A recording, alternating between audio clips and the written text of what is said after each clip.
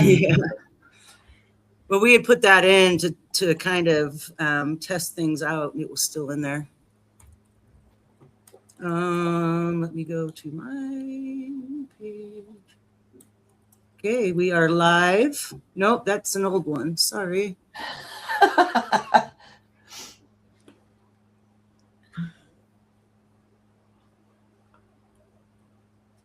Yeah, we're not live yet. No. That was weird earlier when it said that I was live, but I wasn't. Yeah.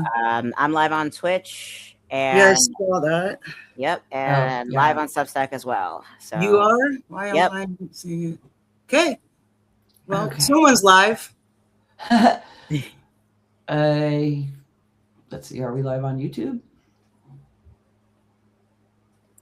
I send the shorts via Substack to YouTube and LinkedIn after recording. So we're not live on YouTube, but on my end, unfortunately. Okay, I have.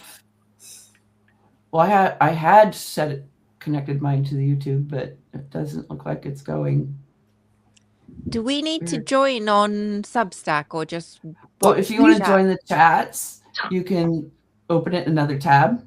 Oh, yeah, here we are. I've got some. We are live. I've got us on Substack. We are live. Oh yes, and I also there's 9 people in the chat, so that's more than us. That's good. Oh wow, nine people in the chat on your guys' end. Oh my god, this is exciting. Well, I can't even find my live yet. So, but we'll get going. How many were in the chat? So on my side, where it says NeuroDivergent Hodgepodge, there's 9 people. Nice. We used to be able to do it all in one single. Yeah, because we were using my live alone and just pushing everything through there. Yeah. And we're all going live at different accounts here. Yeah, that's everything up. But there's mine. So, Mama and Laura, if you want to join mine, there it is. Join yours too, because I can't find it. Yours, Neuro? Yeah, I just clicked it into the chat. You see it? Private chat right there. To the right. 10 people in the. All right. Hello, everybody. Oh, Hi, Nita. Hi, Aaron. Hi, Julie. Yes, we're definitely alive. There we go. And I would imagine that Ken is here, Chris, my neighbor. Hi, Chris. But he won't chat, probably. Yeah. Hey, Court. Hi, Court. Julie. We're getting some hearts now. Yeah. Keep smashing those hearts. Nietta's here. Yeah, okay, we've got a pretty good start. So we'll go ahead. I'll introduce everyone and we'll continue with the disclaimer and move on to conversation. Okay, I'm Sushi of Mindhaven. I am the host. I have my 2 co-hosts, Neuro and Tig. And real quick, before we get on, we're going to do our disclaimer just to keep us safe. All right, and I guess that's my cue.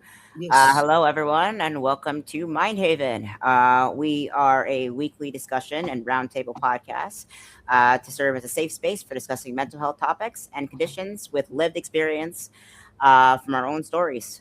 We are non-professionals. If you are in crisis, please do not DM any of the hosts or participants or pursue us. Instead, you can call or text 988 if you're having a hard time, or if you're a service member or veteran or LGBTQ looking for some community, there are links and numbers you can call and text right here in the ticker below the screen right there.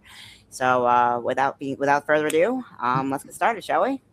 Awesome. Okay. Hello, everyone in the chat. We have a really good start today. I'm loving that. Today we have Laura Not Loomer and Mediocre Mama, and our topic tonight is finding acceptance. So with that, we will, if either one of you want to start off and talk about your story in that topic. Go ahead, Mama.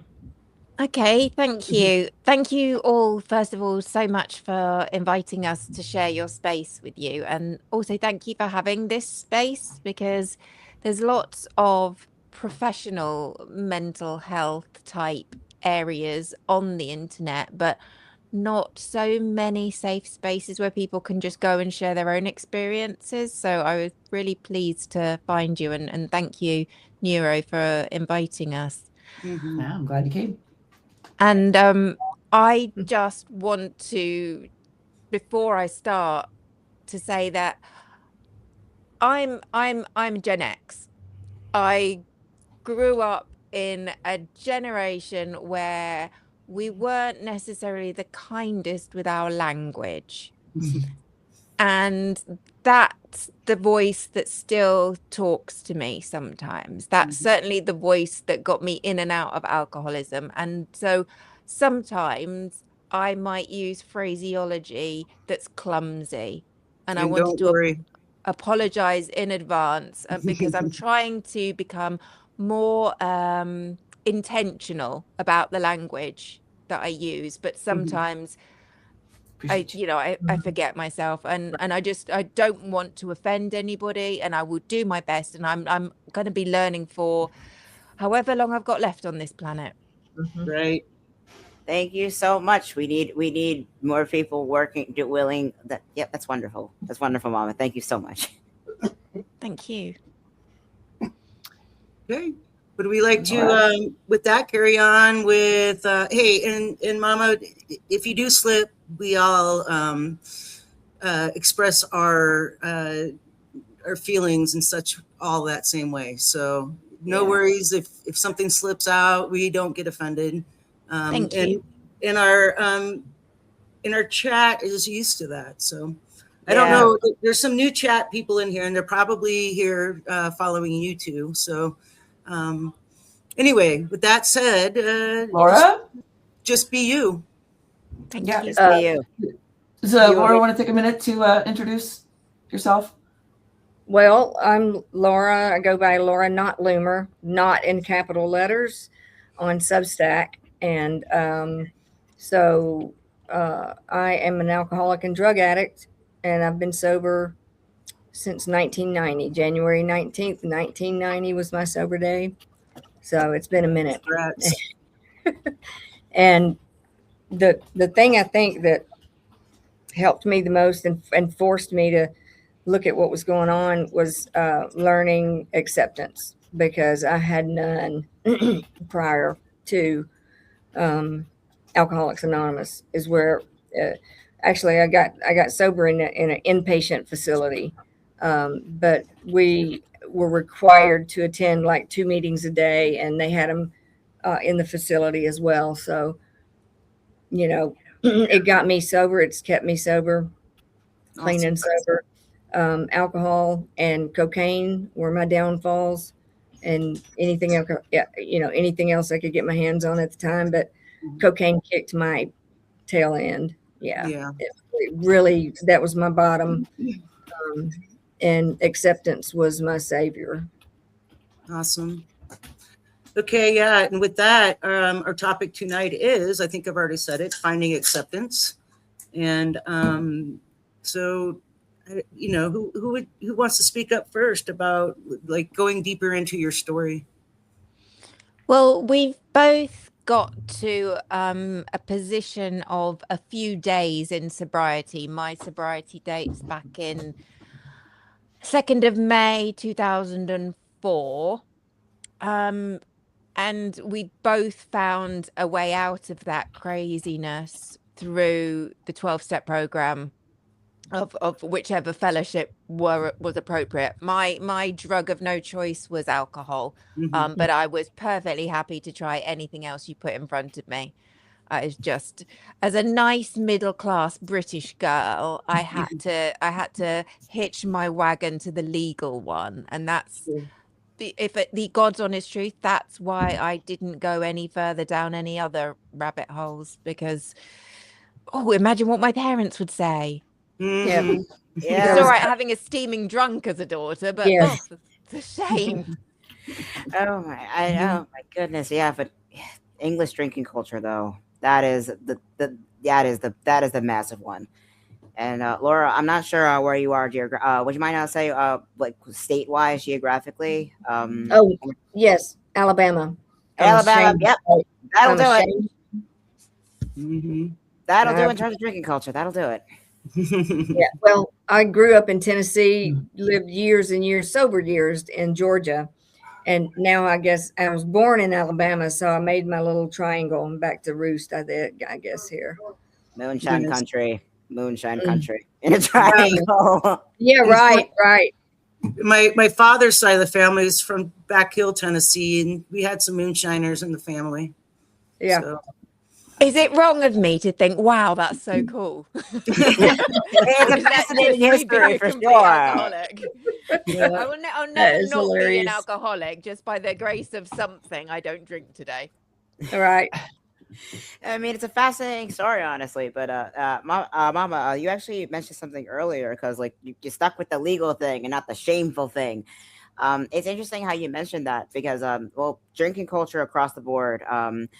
There is like it's kind of like an acceptable level of vice with drinking. And when did either of you realize that okay, this is no longer a vice, this is a problem? So what shifted? What was your catalyst? What was your tipping point? We both had very different tipping points, didn't we? Mine, I tried sobriety once. I went to a treatment center. We're not quite as strict here in the UK. We've not quite got the hang of it. We had to go to 2 12-step meetings a week. So and we bitched about that. So I don't know how I'd have got on with 2 a day. Yeah. I didn't want to be there. I was lucky. You may have heard of a private hospital chain in the UK called the Priory. It's where all the celebrities go. Not the one I was at, though, I hasten to add. But I worked for a very large accountancy firm, one of the big 4 across the world. And what's middle class like? Sorry, I can't say that. What's middle class In the like UK. in the UK? Oh, yeah. So middle class, that's middle income, probably professional parents. It's not kind of generations of inherited wealth. But you might earn enough to send your kids to a fee-paying school. I went to a fee-paying school. My sister went to the local non-fee-paying school. We call them all different things, don't we, across the world? So I try and use the words that we all understand. Yeah. Both parents working. We would have we'd have at least one foreign holiday a year. We'd always get something we wanted for Christmas, maybe not everything, but that's what middle class looked like for me growing up anyway. Yeah, so I was fine going into the Priory for my depression, which I have suffered from for my entire life. But when I got there, it was all a little bit under false pretenses because everybody except me seemed to be under the impression that I was going there because my drinking had got so out of hand. And even my mum, who was there with me, I was like, Mum, and she's like, no, you need to do something about this. I'm like, and I genuinely, up until that point, when my mum was there at the Priory with me, booking me into a 28-day addiction therapy program, I genuinely thought that nobody close to me knew. I knew my work colleagues knew because that's where I did the worst of my drinking towards the end, but I didn't think my family knew. And that was a moment, but not the moment. And my journey to acceptance was very, very slow and involved getting over an awful lot of stigmas that were in my head, not necessarily. In fact, in my experience, hardly at all in the environment, that the stigmas all came from inside me. And it wasn't until I managed to get past those stigmas and be okay with who I was and where I found myself, and that it wasn't all my fault. And even if it was, that's not going to be very helpful in getting better. But it was a very slow journey. It always is. I mean, healing never goes seamlessly. You're gonna have setbacks, and especially in regards to what the drinking was supposed to mask in the begin with.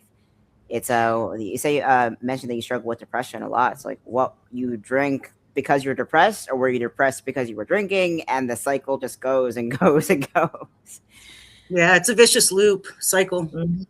Yeah, and nobody probably will be surprised to hear that we never really got a handle on any of the other things, the depression, the eating disorders, none of that ever really got properly dealt with until I stopped drinking. And the only way I could stop drinking was through Alcoholics Anonymous for me.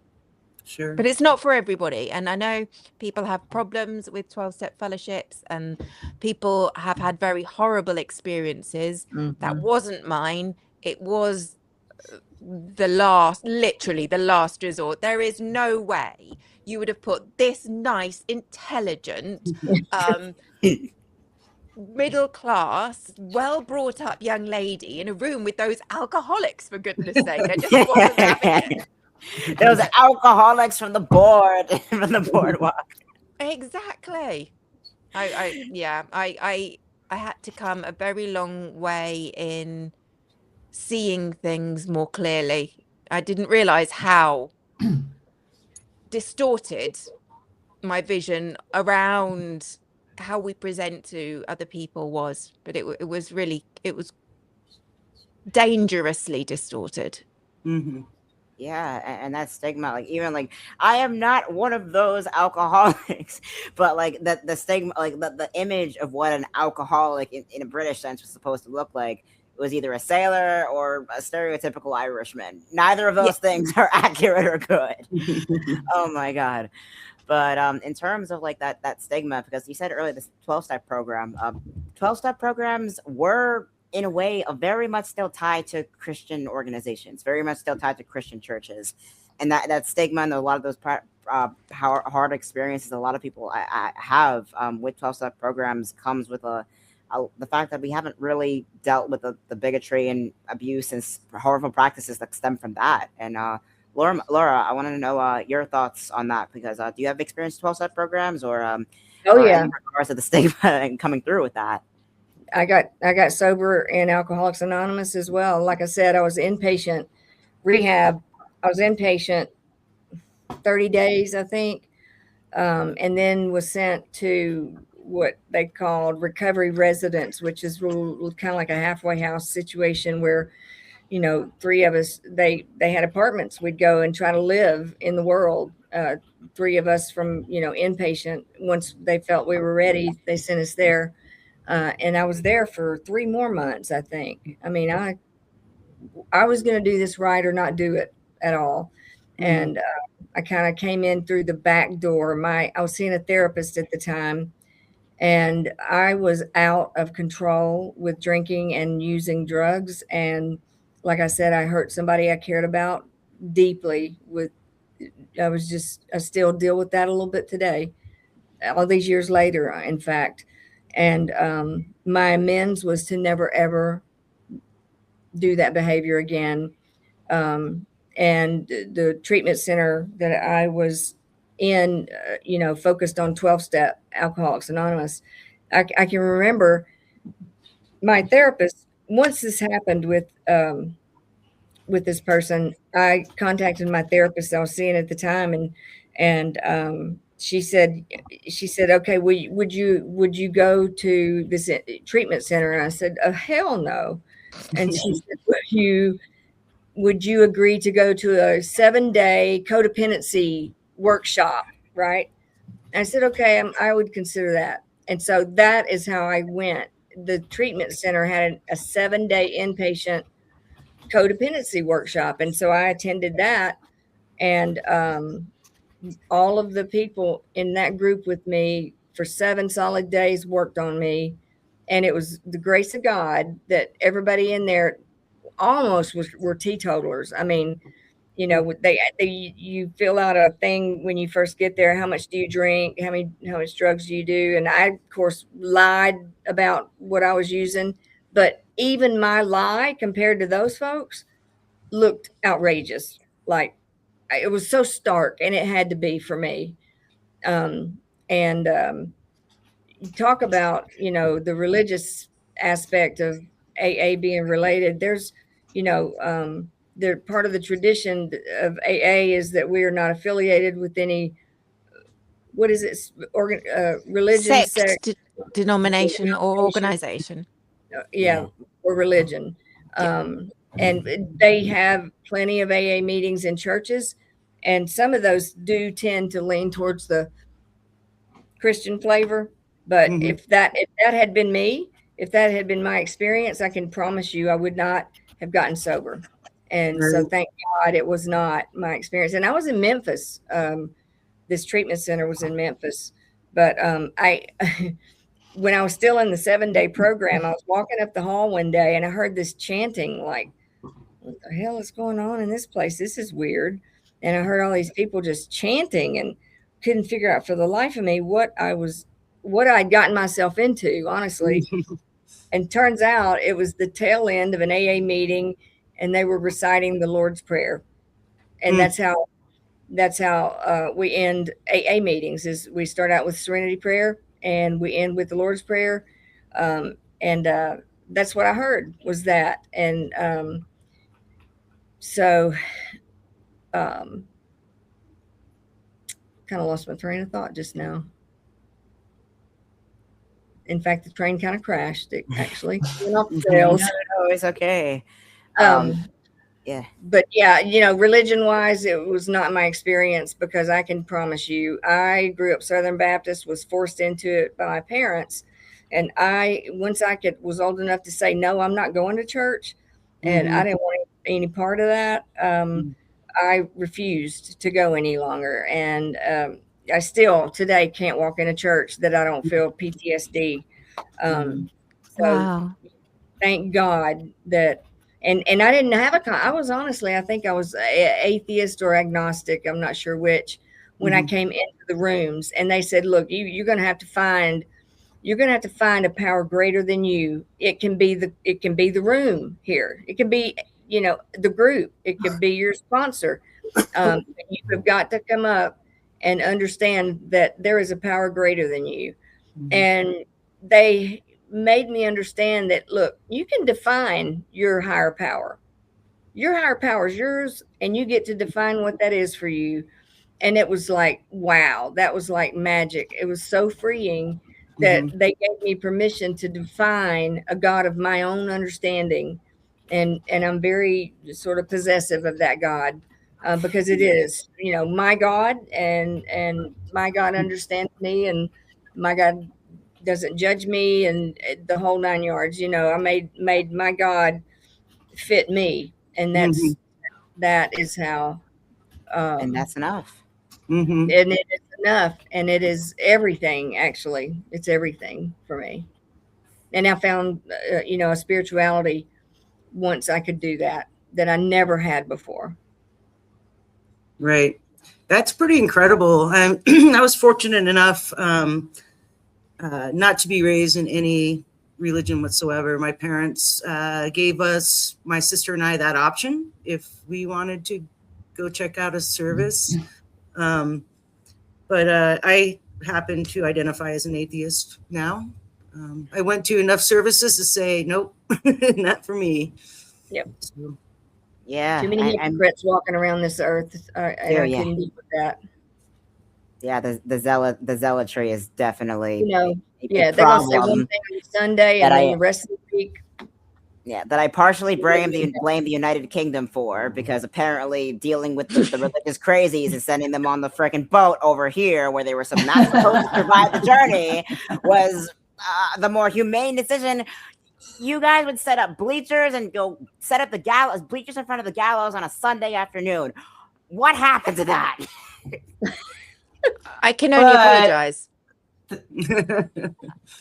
Religious wars continued to happen for some time after that too, and the witch trials happened at the same time. Yeah. So craziness.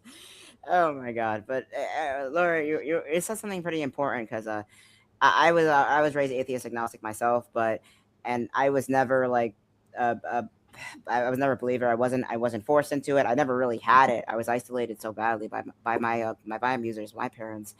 But it was always when in a situation where I either wanted to end things or should have flat out ended things right there.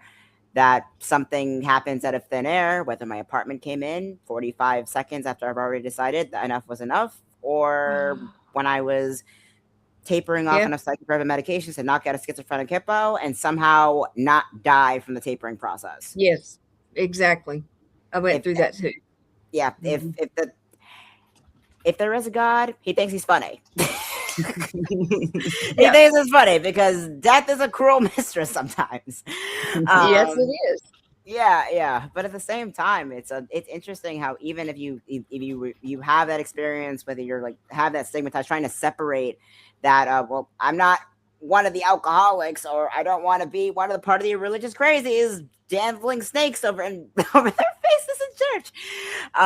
Yeah, but even then, you can still find a place of grounding by finding something higher than yourself, whether that be coincidence, chance, math. In my view. Exactly. Yeah, that's fascinating. Honestly, that's honestly something I think a lot of people need to really try to evaluate, because it is comforting. And I think there is a place in society for that. It's comforting. Sure. It is. Yeah, it is. And getting back to the topic, I think, and with religion, I know we're getting off the addiction part, but I think a lot of people are trying to find their own acceptance when they do join a religion.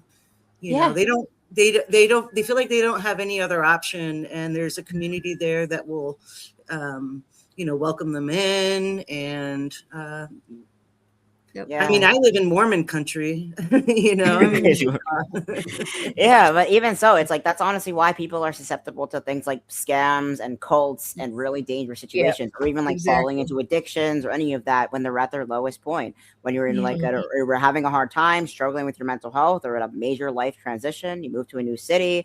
If you don't really have a lot of security, something tethering to the earth and the sky or whatever, you're going to be susceptible to bad actors or some nasty or some really nasty impacts and illnesses that could really screw with you long term. And it could be hard to untether yourself from that once you're in it. Yeah. That could also be the same for an abusive relationship, or even for something like a radical political movement. Yeah. Right. Yeah. But it comes down to his community. It's so true. And with us being pack animals as humans, we're all looking for that community. So if we are feeling a little bit like we don't belong for any reason, like you were saying, Tig, it's really easy to be sucked in by the first community that will have you. And if that happens to be a harmful community, it's almost better the devil you know. At least they want me. Right. At least these steaming drunks who, once we've all had enough, we don't give a shit how the rest of us are getting home, but we'll all start the night together. So that's good enough. But they want me. And I think it was a Groucho Marx quote. I was very much that. I didn't want to be part of any club that would have me as a member, but I wanted to be a part of every club. I just was looking for a home. I was just looking for someone to accept me. All the acceptance that I thought I needed was coming that way, and that it wasn't. It wasn't. That was my big mistake. Yeah. Well, I think it's a learning process too. I mean, I don't think any coincidence is a mistake. It's a learning experience. So yeah, and it's also like a human part of the era too. I mean, for most of human history, our third spaces are like gathering and communal spaces. We're either religious oriented, with that because religious spaces doubled in administrative spaces and whatnot. They, for most of a good chunk of human history, abbeys, monasteries, whatever, multiple different faiths, doesn't matter. Or once we hit the Enlightenment, Renaissance period, and society becoming more and more secular, we had that separation for the good reason. We switched church culture with drinking culture, and that has taken its toll. So I think where we are right now is trying to figure out, like, in terms of like human history, and that's never been done before, because if the bar sucks and the church is, the abusive practices that go on in there have become impossible to ignore, what space can we create to replace that need for a community in third spaces? Because that's really what we all need as humans. That's always what it comes down to. Yeah. That's a tricky one, because I don't know how the answer to that. I don't think any of us do. No one has the answer to it. Yeah, I mean, in Enlightenment Europe and London, they set up coffee houses and tea houses, and again, pubs and occasionally brothels. The same thing with in the United States here, or you would go to, like, you would meet in certain spaces, like church on Sundays. You had that routine. There are places you can go third space wise, and I mean, I'm a college student. I'm kind of isolated doing things on remotely right now, but still trying to establish that community and find that third space with people that not only just want you, but don't have, they want you seemingly unconditionally. Is very, very, yeah. And I think that's something like people, especially like I'm 26, I'm like midway elder Gen Z. That's something we're kind of reckoning with the late stages of it right now. I would not want to be your age again, honey, for nothing. This is not these times. Right there. Yeah. I am so thankful that smartphones weren't a thing at the worst of my drinking. Otherwise, there would be one hell of an internet history I would have to track down. Yeah. I'm so grateful. So many things that I'm grateful for. I'm grateful that I managed to overcome but at least one at a time, all the stigmas that I thought I had. So absolutely, God was like, I am intelligent. I am science-based. I'm not going to believe in your silly guy in the cloud. That's just ridiculous. I'm too smart for that. I was really, really arrogant because I was really, really scared. And I had to, I'd grown up learning, well, you're the smart kid, never was the sporty one, never was the pretty one, never was the funny one. The label that I got was the smart kid, and I embraced it because I knew I wasn't any of the other things. I was pretty sure I wasn't the smart one either, which made that even harder to project being the genius in the room, and it's exhausting. Sure. I completely understand that. Honestly, it's one thing because, like, well, you spent your entire life from childhood, you were told you're supposed to fit this role, and it just didn't happen. It was a role that was never supposed to fit. And I think that's honestly why, like, that level of arrogance is something that's not uncommon to the older generation, but it's something I've seen a lot in people my age too, because there is a fine line where religious doctrine spills over into cultural philosophy, I find. And even though, like, I'm not going to believe in your crazy sky god, meanwhile, you're still debating your decisions, whether it would make you a good or bad person. I mean, you're debating decisions, whether in the same way someone would be fighting for their soul. It's like, I didn't do this wrong. I'm not a bad person. Oh, this person is this, that, and the third. They are a bad person. It's a very similar mentality, even if you don't believe in the literal definition. I am becoming a lot less judgmental, and that's helping me be less hard on myself. Because there was nobody I would judge as harshly as I would judge me, because I was failing in every single direction, and can still see that. It's a lot easier to see the directions I'm failing in rather than the directions that maybe I'm actually making a really useful contribution. And it's hard to see that, because my experience growing up was there will be somebody there to tell you that you are not doing as good a job as you think you are. So better get in first. If I tell you I know I'm shit about everything and there is literally nothing I can achieve in my life, then you can't tell me. And it's a miserable way to live. And it's no wonder I needed something to take me away from that, to numb that feeling. So. Yeah, sure. So we have looks like we have a cult survivor in the chats. Who is it? Nero? Wow. Julie Rowe. Okay. Wow. Roebuck? Julie Roebuck. Okay. Wow, Julie. Yeah. My sister got heavily involved in the Mormon church. We grew up in Northeast Ohio, but the original Mormon temple was right there. So we did have a lot of Mormons growing up, but they are a completely different type than they are in Utah. Different flavor of Mormon. Yeah, they're not quite as weird, I guess. But at any rate, she married twice into the religion, and it wasn't good for her. It did not turn out well, and I can probably say she is somewhat of a cult survivor as well. Wow. Yeah, one of her second ex-husband, was not a very good man, and did a lot of weird, like, bad stuff, and almost took her life. But I don't want to go too deep into that, but it just shows you, like, each religion has its, glitches. Not all the people that are practicing that religion are good people to begin with. They're just doing it as a status quo, Out of habit. Yeah. What's that? I remember hearing around the rooms something along the lines of, religion is for those who are scared of going to hell. Mhm. Spirituality, a God of your understanding, is for those who've already been there. Yeah. Ooh, that's a good one. I liked it good because one. that freed me. That freed me into finding that God that Laura was describing. Sure.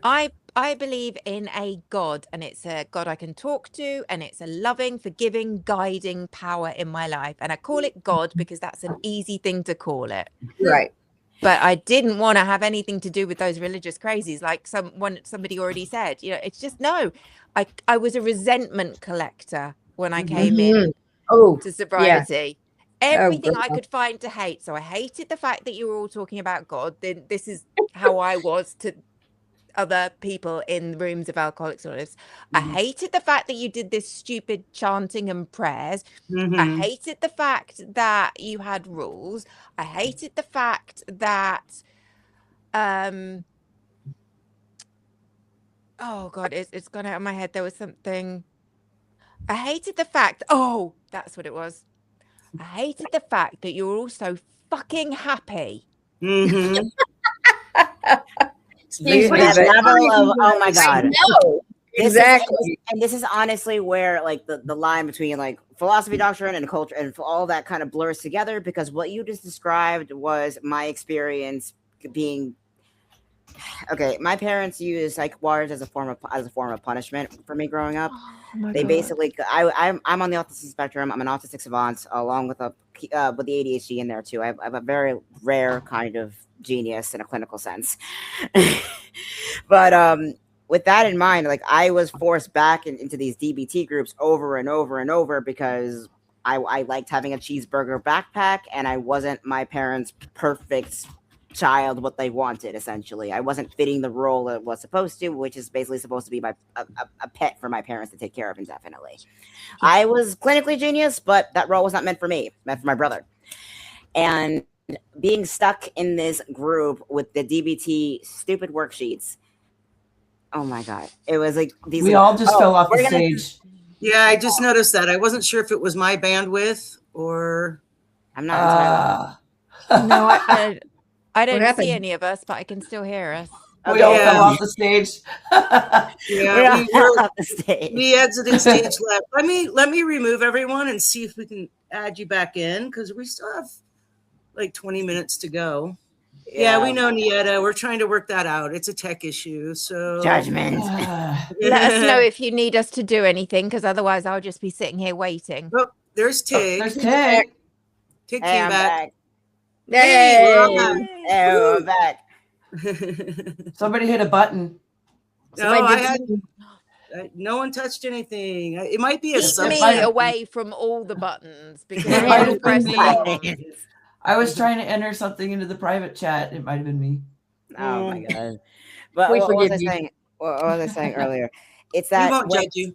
no Right. judgment. Right. No judgment. That- Oh my God. Yeah, but what was I saying? There's some programs when you enter a space that, even when it's technically not religious oriented, when you enter a space with a group, an organization, or any kind of community, or any kind of space with group gathering of that kind, that act like a religion. They were going through the DBT DSM-5 handbook. Oh, brother. Oh my God. I threw out every single worksheet as I walked out the door because I knew someone in my family would dig through them on their weekly, like, tornadoes through my room. They would find the worksheet and use it as a fucking Pokemon. Like, radical acceptance. I choose you. The power of dear man compels you. It's like, what the? You're right. First of all, this is ridiculous. I am being drugged against my will, and you're putting that shit in front of me. It's like that kind of frustration. Like, you hate the worksheets, the pamphlets, and freaking papyrus text. It's all freaking cringe, is what it is. Yeah. And I think kind of getting out of that, we all need to find some way that we can tap into that, like, higher power kind of God. I mean, for me, it was like, oh, the absurdity of it all. Fine, I will stay. I will fix things as long as I can. So that was enough. It wasn't the slogans or the 12-step or any of that. It was really just like a few people that I could talk to, some people close to me that I could just be honest about the absurdity of all of this. Sure. I do have a God, to be honest with you, and it's the great outdoors. Yes, Yes. me too. You know, I ride a Harley, and I used to say, I'm going to head out and go to church, and that was my church, getting on my bike and going riding with the wind in my face. And yeah, you know, I had a motorcycle as well. It wasn't a Harley. Yeah, I had a motorcycle as well. It was not a Harley, but it's that I live in the northern part of Utah, and we have lots of canyons, mountains. Yeah. And just getting on that bike and riding through our beautiful canyons, and it was amazing. Right. I would go hit the country back roads where, you know, I might see 2 cars on in 30 minutes. Those kind of roads, and windy and hilly. Yes, and nobody on them. It was just church for me. And you know, nature is church. Hawks are my God now, more or less. Nice. Yeah. Systems for me are my thing. I love finding systems and the way things organize. Like, biology intersects with so much. I mean, once you learn one subject, you just find the connections of how it connects to another.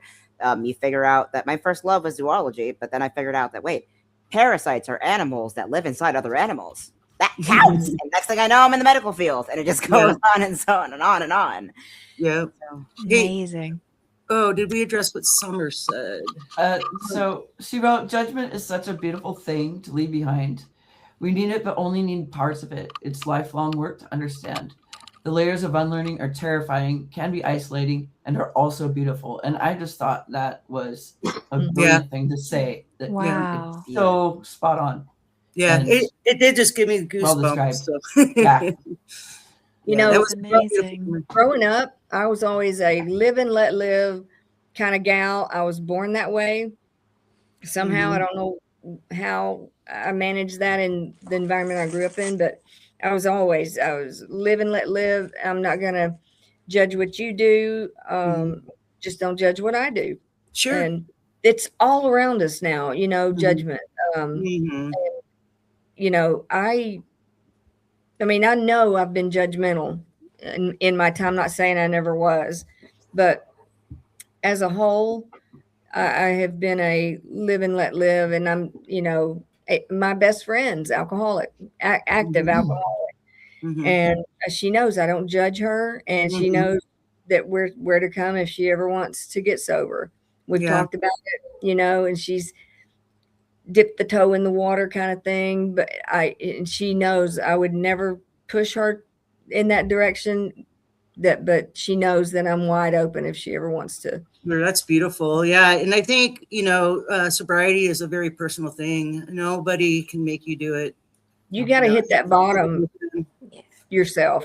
And my bottom was not so low, thank God. I didn't have to lose the car and the house and you know, everything I owned, and I didn't end up on the streets and that sort of thing. And I didn't lose anything, honestly, of value or material value. Yeah. Absolutely. And nobody around me knew what I was doing. My boss was like, more when they found out, I called them from that treatment center. I'll never forget it. Calling my parents and calling my boss and saying, I'm not in Florida on vacation. I'm actually in a treatment center. And it was the hardest thing. That was the hardest phone call. Those phone calls were the hardest ones I've ever made to admit. Sure. And how did they treat you after you informed them? Well, so the whole mother history is a whole another show, honestly. Right. You know, yeah, it was bad. And they had her come into the treatment center for like during a therapy session, and she got furious and walked out because she got confronted, right? So so afterwards, you know, it was rocky with my mom for a long time, but thank God, the God I know, I was able to you know, forgive her and come to terms, and we were able to have a relationship before she died. Oh, good. For which I'm really grateful. And today I was thinking about this the other day, like when she did pass, I didn't feel any loss really, you know, and I feel almost ashamed to say that. On some level, I probably am ashamed of that, but I was looking at a picture of my dad, who was my idol growing up, and he was my rock. And I was looking at a picture of him yesterday, I think it was this morning. And then I have a picture of my grandmother to the other side on the table. And I was saying hi to them, and I'm like, I miss you guys so much. And then I thought about it. I'm like, you know, Mom, I miss you too, actually. And for me to ever get to a point like that, where I remember, you know, more of the good stuff than the really horrible stuff, is a gift of aging, I think, and sobriety and acceptance. Really, you know, absolutely. That's the gift. That's one of the gifts that acceptance has given me, is ability to leave all that just horrible stuff, painful stuff, you know, in your view. Yeah. And like you were saying, that would be a whole nother show. I mean, I've been wanting to put on a show about generational trauma and family trauma, and how we all got through it and found ourselves. And, you know, anyway, that's a little side note. You know, I remember when my parents had their 50th, I think, wedding anniversary, and they had a party, and we were expected to speak, my brother and I, like in front of all these people. And I thought, what am I supposed to say to these people? And I was a few years sober by then. And I just remember saying, something to the effect that, you know, but for my family, I wouldn't be the person I am today. And I really like who I am today. Yeah. And that's pretty much how I left it. And you can take that any way you want it. Sure. You know, it's okay to like yourself. It's actually important. Yeah. So that's the truth, you know, but for growing up in that environment, I wouldn't have been the person I am today. And I really like who I am today. Absolutely. I'm 64, and it has taken years to get to a place of peace. And, you know, just, I don't have to have people around me. I don't have to have my dogs. That's the one thing is my dog. Yeah, that's beautiful. And my salty sisters. My mama. It's awesome. One thing to just know yourself, but another thing to just not just find peace with and acceptance, but like yourself too. That's a step up. That's incredible. Yeah, that was one of the never reached that. Yeah, comfortable in your own company.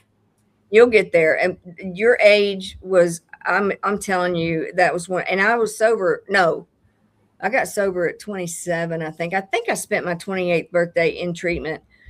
So during the height of my addiction, I was like 24 to 26. That was probably the worst 2 years of it. And it was, I mean, I tried to kill myself at least twice, you know, so it was hard. I'm not kidding. And God bless you, baby, for living it. I would not want to do that again for any amount of money. But we all have to get through it. You know, we all walk through it. We all get to it. Most of us do anyway. Some of us don't. Yeah. And Some of us don't. that's another thing, it's like survivor's guilt sometimes, especially in the world of addiction, when I think, why didn't they make it into the rooms? Why didn't, why Why'd they get why do I stuck get with to be here someone? and be peaceful and they're still out using? For sure. I've had several friends, well, a handful of friends that have passed due to overdose, and they're devils with addiction. So it's hard. And there's nothing you can do to help them. It's just like I said, my best friend, and I'm just, she's gonna be in poor health pretty sooner than later. She had some liver enzymes that came back elevated, and that's been a couple of years ago. And she won't even tell me what her lab work says these days. So, but it's going to be a tough loss. Sure. Yeah. Yeah. Well, just be there for her all you can, you know. And, I don't want to do that whole, I wish I could have done more. I should have done more. If I'd have just, I don't want to live that. That's some hell of in and of itself. Yeah. Yeah. And even if I had a dear friend of mine in high school who was in and out of the trenches for me when I was in solitary with psych wards and everything. Her name was Sky. When she aged out and she got herself out, she didn't really have extended family or contacts. She got herself wrapped up in some human trafficking shit, and unfortunately, she's no longer with us. Not due to an addiction, but because of an ex-partner's addiction of hers. Wow. Yeah, and this doesn't just impact you. It's that's the thing. This is something that it starts with community and it ends with community. It always does. Yeah. Neuro, I know you put something in the chat. Was that something you wanted to talk about? Oh, I dated a series of alcoholics for a while. I come from a sort of drinking background, right? And some of us are okay with it, some of us not, right? But I was going to the bars a lot when I was younger, 20s and 30s. And I ended up dating alcoholic after alcoholic. And eventually I was just like, okay, I can't do this anymore. I won't date anybody I meet at a bar. And in fact, I actually rarely ever go to a bar now. It's usually just like out to lunch or dinner with somebody. And, I usually go. I love live music, and the little town. Well, it's Salt Lake City, and then I'm in a town called Ogden, just north of Salt Lake City. But we have a very robust music scene here, and I like to support local music. So, maybe once every couple months, a friend of mine's band will be playing, and I'll go. Pay the door price and go. Support my friends, but.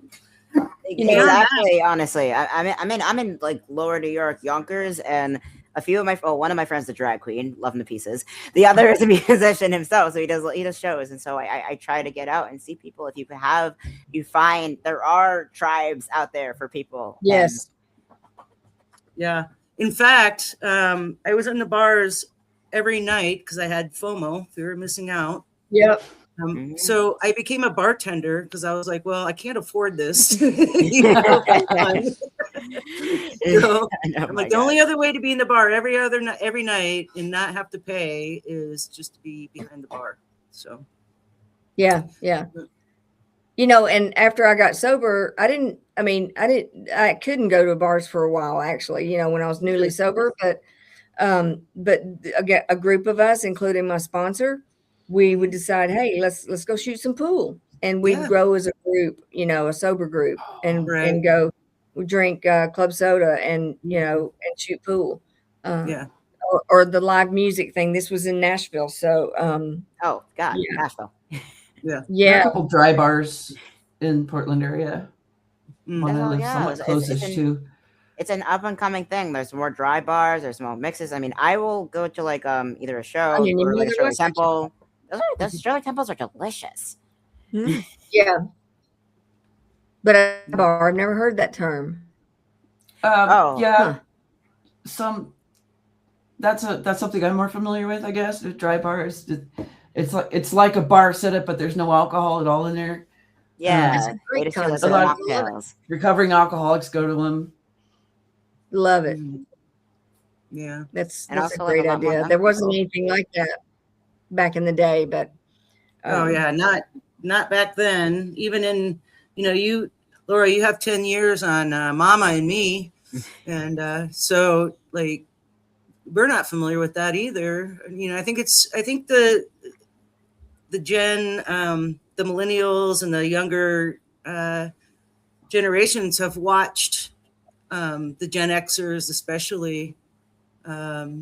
All of our shenanigans, and they're like, no, that's not The for me. 80s was nuts. Feral yes, it generation. was. It's so true. My Love son, the my 80s. eldest, is 24, and he's just not interested. Yeah. He's also autistic, as is my younger one, but he's only 12, so he hasn't quite decided whether he wants to drink or not. But Right. yeah, my eldest son, he was kind of, well, I don't think he has, but he's like, nah, I tried it a bit, tried a bit of weed, didn't really like the way it made me feel, so nah, didn't do it again. Good. I'm like, Good for him. wow, how do Right. you do that? First person.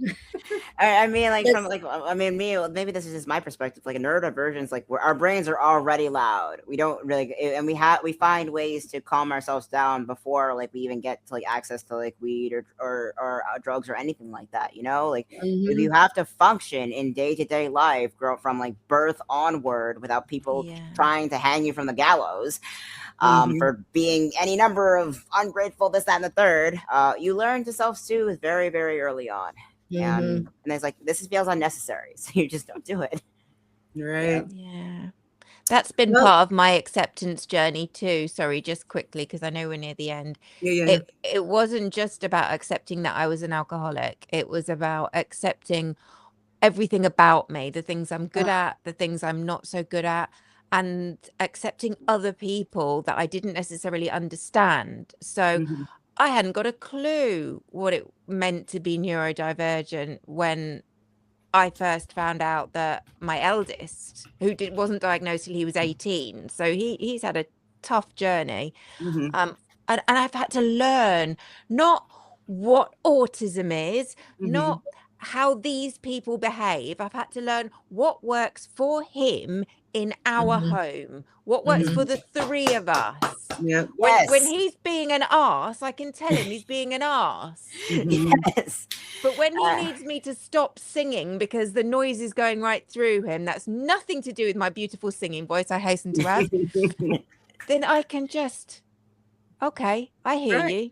Yeah. And we give and take, and there's so much love. It's not the house, and this is no disrespect to my boomer parents, but it's not the environment I grew up in. We love each other so massively. We just want to try and make each other's lives easier, and we have to find each other's way.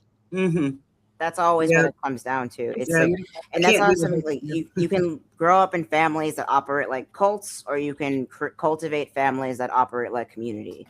I love that. I mean, my mother was a special needs teacher through and through. She drank the Kool-Aid on fixing autism and the whole eugenics BS, all of it. And she's regretting it now, years later, after I had to survive 4 years of homelessness just to get away from her. But even so, it was a long, long road. And even now, like, I'm 26. This is the 2000s, the 2010s. If you had a kid who was autistic, you drugged them until they couldn't think anymore. That's what you did. And even like, it was the 80s was crazy. Like, if you had if you were depressed, you drank. If you wanted to lose weight, you did the Judy Garland diet and you smoked. That's what you did. And even coming into it now, we understand now that, like, yeah, this was harmful, but also accepting what happened to me and understanding that the knowledge either wasn't there or wasn't taken seriously, or was my parents were manipulated as well on that front, to their credit. It's also like coming to acceptance and coming to terms with the time, because we're in a very interesting era in human history right now. Yeah, absolutely. That's what's going on today, isn't it? Yeah. It's crazy what we're dealing with. It is the top of the hour. What's that? I just want to say acceptance is a whole different thing from accepting something like what's going on around us today and politically. Okay, Yeah. it's a whole different thing. I don't accept that, but I don't either. I have to accept the way I feel about it and Mhm. process that and own that, what and my Absolutely. behavior about it. Yep. Yeah. Yep. You call a spade and you say this is shit, so you can shovel it Yeah. properly. Okay, so we've started this new thing. It's been a few episodes now, but we like to carve out a little joy before we end our live. And so we'll go around the room and just talk about something that has brought you joy in the last week or so. So we can start with the guests. Mama, would you like to share something that brought you joy? I have had the biggest moment of joy, and it's not even my personal joy. It's that parental joy that you get from seeing one of your kids happy. And because Alex has had his struggles with finding how he fits in life, he struggles to be happy. But his team, his football team, that's soccer, but for the rest of you guys, Arsenal won the domestic league. They are champions after many years of trying to become champions, and he is over the moon, and I'm over the moon for him, and his dad's over the moon, and it's just, there's so much joy. And we spent today I've got my football shirt on. My team lost today because we just can't do anything right. God damn it. There was another team that were depending on us to win in order for them to be safely in the top flight, and we didn't, and they didn't, so I feel really bad for them, but so happy for my son, and to be able to enjoy this moment of joy with him. So yeah, I am absolutely, you got me on a fantastic week. I'm buzzing. Oh, good. How about you, Laura? I don't have anything near as exciting as that, but the one thing that brings me joy every single day are my dogs. Yeah. I adore my dogs. They're all rescues, and I have a dog. Four of them, yes, Mama. Two are actually fosters, and then two are my rescues. And if you've ever watched Midnight with Mama on Thursdays when I'm on, you have probably met Charlotte. Yeah. I have three myself. Yeah. They just are all homes and amazing.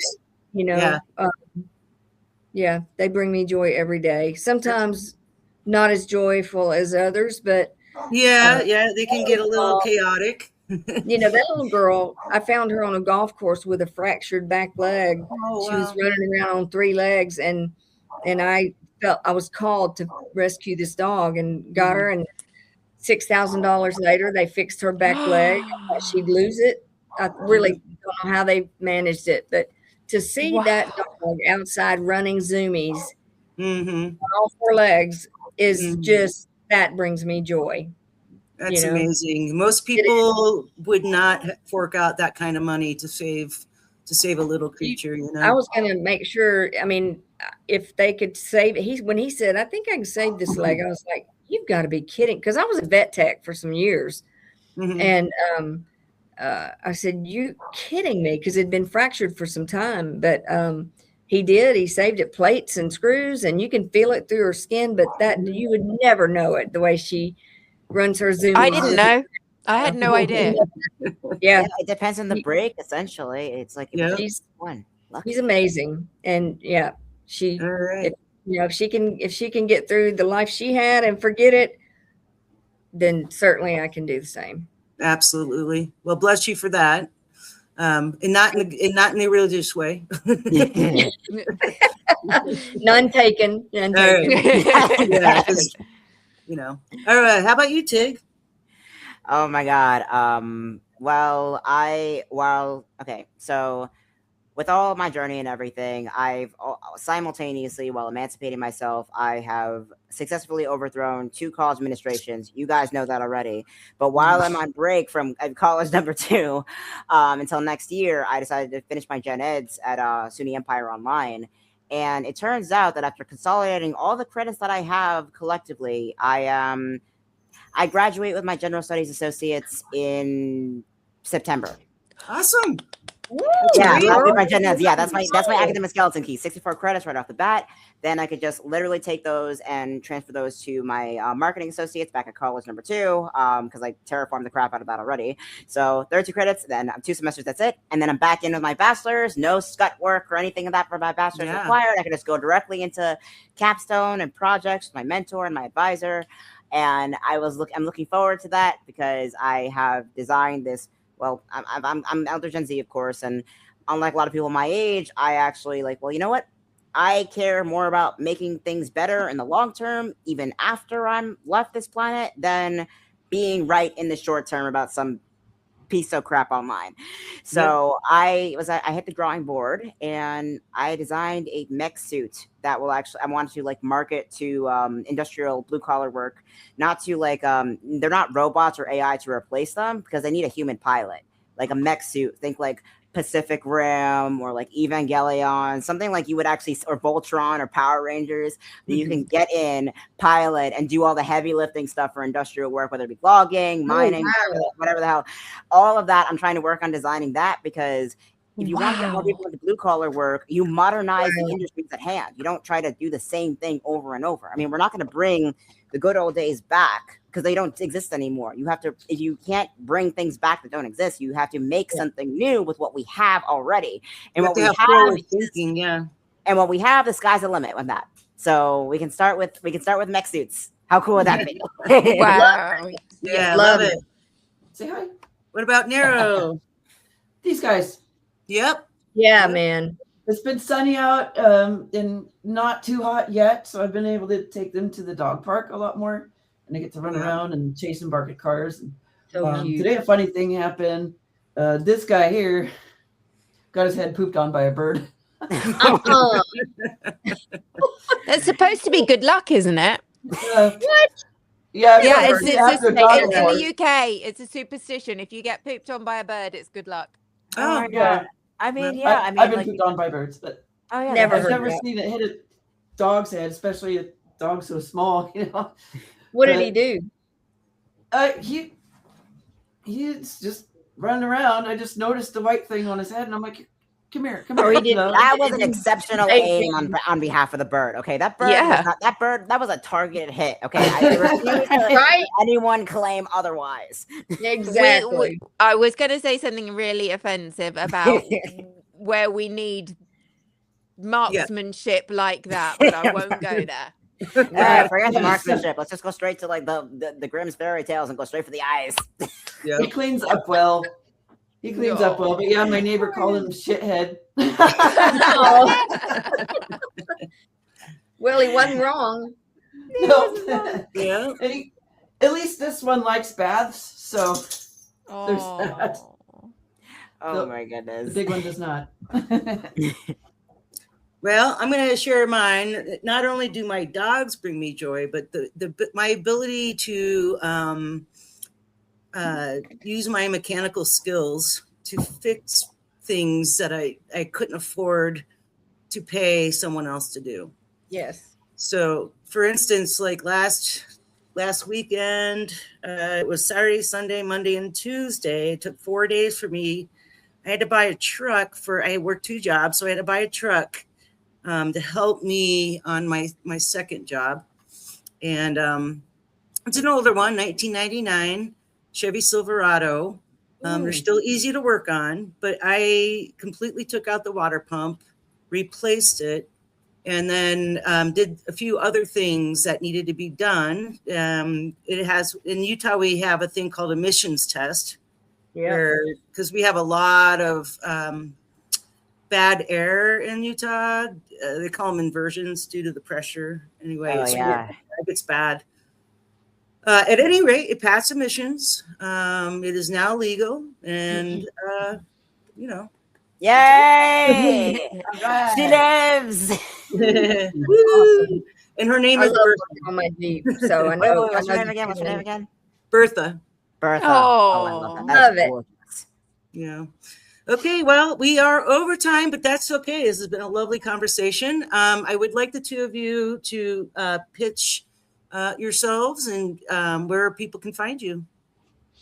Thank Mama? you so much. Thank you for having us here. Yeah. I'm Mediocre Wonderful. Mama over on Substack and Mediocre Mama UK on most of the socials and Mediocre Mama on YouTube. And we have the Midnight Cafe every Monday at 7 p.m. Eastern and Thursday at 7 p.m. Eastern. And Monday is just me having a deeper look into something I didn't know enough about, so decided to learn more. And then Thursday is when myself, the lovely Laura, and our awesome Summer get together and try and be a transatlantic triangle looking at what on earth's going on in the world. Awesome. Oh my I God. love And the it. volcano. And the volcano, Yes. yeah. Anybody Yes. who's misbehaving, we have the volcano, which is basically the naughty step for numpties. I don't know, is numpty a word in the United States? It means No, but Yeah, we don't use silly it so much. nipple. Oh, I don't think numpty has been used in common phrasing since like 1875. Wow. in the United States. Hello. I can Hello, extrapolate. In my Alexa. circles. Oh my Thanks, Kay. Numpty. Oh my God. All So right, it's- Laura, where can people find you? Well, I'm really just sort of hanging out in Substack, but Mhm. Laura Not Loomer's my handle there, and I occasionally publish something. But essentially, I'm on Thursday nights with Mama at her cafe, Mhm. and it's worth logging in to watch just to find out who gets tossed into the naughty Mount Mama is what we call our volcano. And so We gotta it's get worth Summer logging on here on sometime. just to see who gets tossed into Mount Mama for the day, for Okay. the week. Yeah. That's amazing. So we're going to go ahead and log off on the live. We do like to debrief after. So if the two of you would like to hang out for a minute, we do like to give the hearts. Thank you everyone in the chat, and we'll see you next Thank week. you, everyone. Thank you, everyone. Thank you.